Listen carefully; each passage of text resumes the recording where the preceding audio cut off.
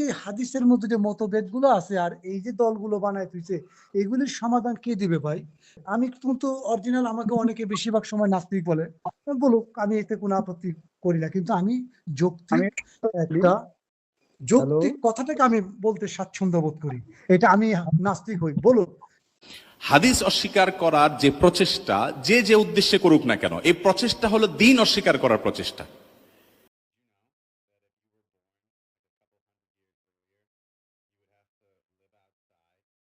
উনি কি নিজে লিখছেন? আরেকজনে লিখছে তার নাম দিয়ে।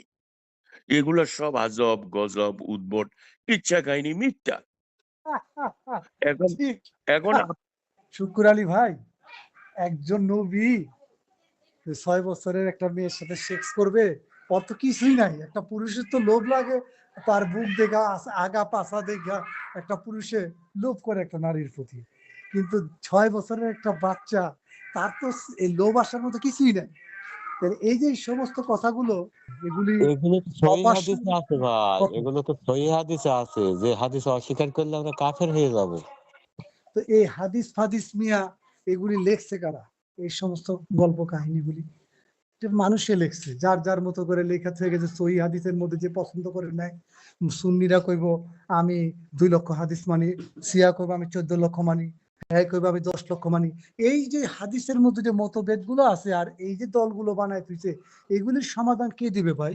আমি কিন্তু অরিজিনাল, আমাকে অনেকে বেশিরভাগ সময় নাস্তিক বলে, বলুক, আমি এতে কোনো আপত্তি করি না, কিন্তু আমি যৌক্তিক একটা যৌক্তিক কথাটাকে আমি বলতে স্বাচ্ছন্দ্য বোধ করি।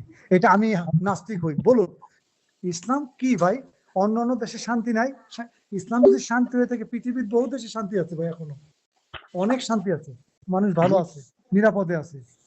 কিছু থাকতেই পারে একটু এদিক সেদিক। তাই আমি যৌক্তিক ছাড়া কোনো কথা পছন্দ করি। এই সমস্ত কথা মনে করেন এগুলি সব কোনো নাই, যৌক্তিক নাই।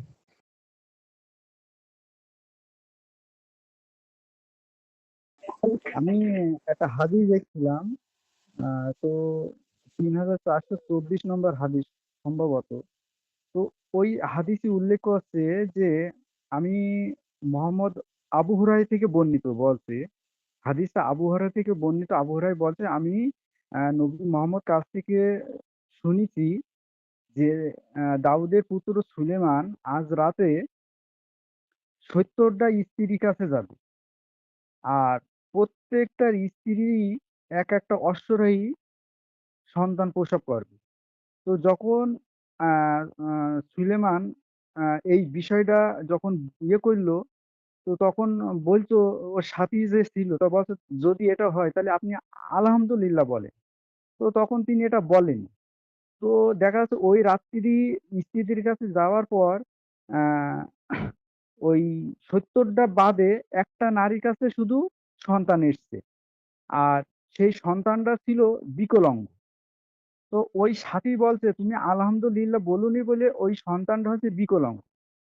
তো এখানে আর 69 স্ত্রীর কাছে কোনো সন্তানই আসেনি। তা আমার একটা প্রশ্ন, যে আবু হুরায়রা হতে যদি এই কথাটা যদি বর্ণিত হয়, তা এখানে একটা পুরুষ যদি এক রাতে যদি 70টার স্ত্রীর কাছে যায়, প্রতি ক মিনিট অন্তর অন্তর তার সেক্স করতে হবে, তাহলে আদৌ কি এই 4 মিনিট কিংবা 7 মিনিট একটা পুরুষের কাছ থেকে এটা কি কোনো সম্ভব?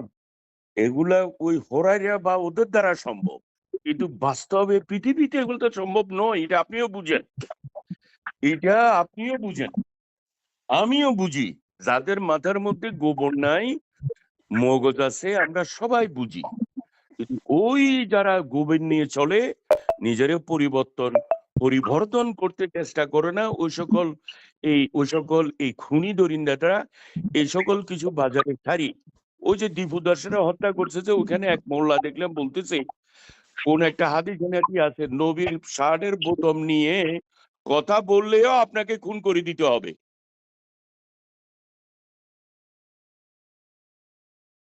তো এই জন্য এই এটার নাম কি নাম 49 সূরা 33 নম্বর সূরা আযাবের 49 নম্বর আয়াতে বলছে যে একজন নবী তিনি তার যারা আসতো ওই এই হাদিস গল্প গুজব করতো, গল্প গুজবের অতই তো হাদিস, তিনি লজ্জায় ওদেরকে কিছু বলতে পারতেন না। আর সেই সেই নবী বুঝি বলবেন আমার নামে কিছু হলে আমাকে ওদেরকে খুন করে দাও? এগুলা কোনো কথা হতে পারে? এগুলা কি একজন প্রজ্ঞাবান নবী ডোনাল্ড ট্রাম্প বলবে?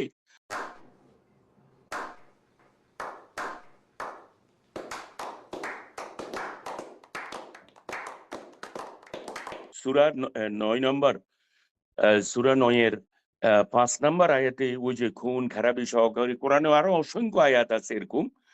এখানে প্রশ্নটা হলো ভাইজান, তখনই তো প্রশ্ন আসি যায়, তখনই তো ব্যারিস্টার মামুন সহকারে আমাদের অনেক প্রজ্ঞাপন ভাইয়েরা বলছে 11 সেঞ্চুরিতে এই উমাইয়া আব্বাসীরা এই কোরআনের নাকি 10টা কোরআন নাকি উমাইয়া আব্বাসীরা লিখছিল, এবং সেখানের মধ্যে যেটা ভালো সেটা রাখছে, আর যেগুলা ভালো নয় সেগুলা জ্বালাই দিছে।